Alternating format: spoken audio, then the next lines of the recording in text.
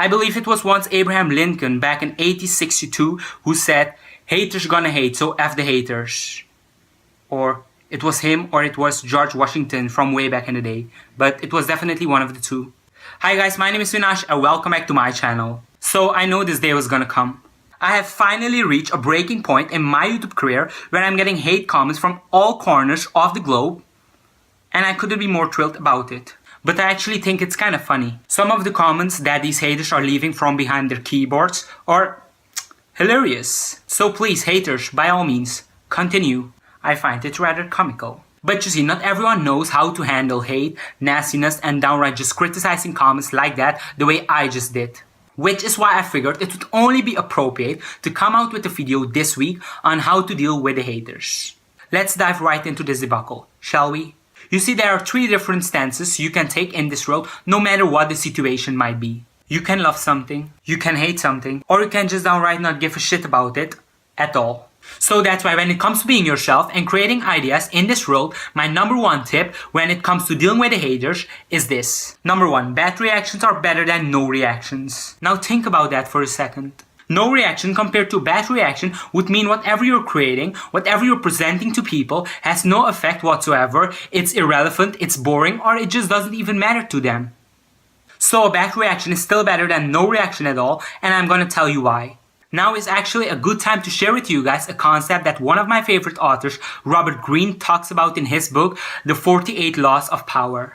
And in that book, Robert Greene, the author, talks about this concept that the opposite of love is not hate, but it's indifference. It kind of suggests that love and hate aren't at the opposite end of the spectrum like we used to think they were. Taking that crazy kind of philosophy even a step further, what you can basically deduce from that, I think deduce is a word.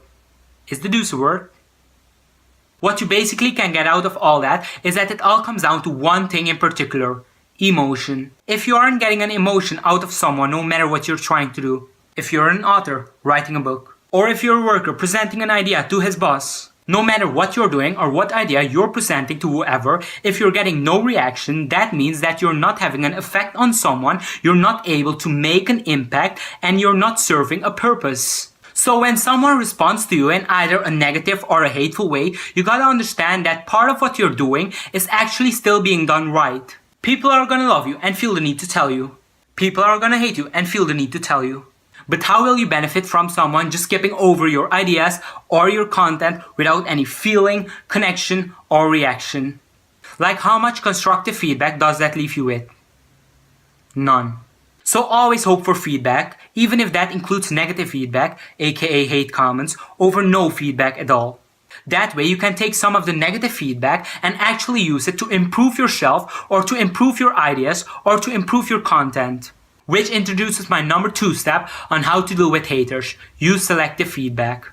I mean, if you're getting an overwhelming amount of negative feedback, then yeah, maybe there's something you should change up a little bit, but don't let negative feedback change you completely to cater someone else's beliefs. So use some of the feedback you receive without switching up who you are or what you believe in to better your craft. But at the same time, also know which feedback you should ignore. Like, some of the negative feedback has no value whatsoever, in which case you should ignore it completely. So know when to use feedback to your advantage and know when to ignore it. But perhaps the most important step of all time when it comes to dealing with the haters is my number 3 tip when it comes to dealing with the haters. Number 3, believe in yourself. Seriously, I know this might sound cheesy, but listen to me for a second. Love who you are. Love what you do. And believe in who you are and what you do to the utmost severity, because if you don't, nobody else will. Nobody else will want to. So yeah, be who you want to be, do what you want to do, and believe in who you want to be and doing what you want to do. Believe in it. Alright guys, so these were my top 3 tips on how to deal with haters. So go ahead and take a second to pause this video right now and comment down below your tips on how to deal with the haters so that together we could spread love and stop hate. And don't forget to smash that thumbs up button down below, share and hit that subscribe button down below. New videos each and every Friday, and I will see you guys next week with another video on this channel. Ciao.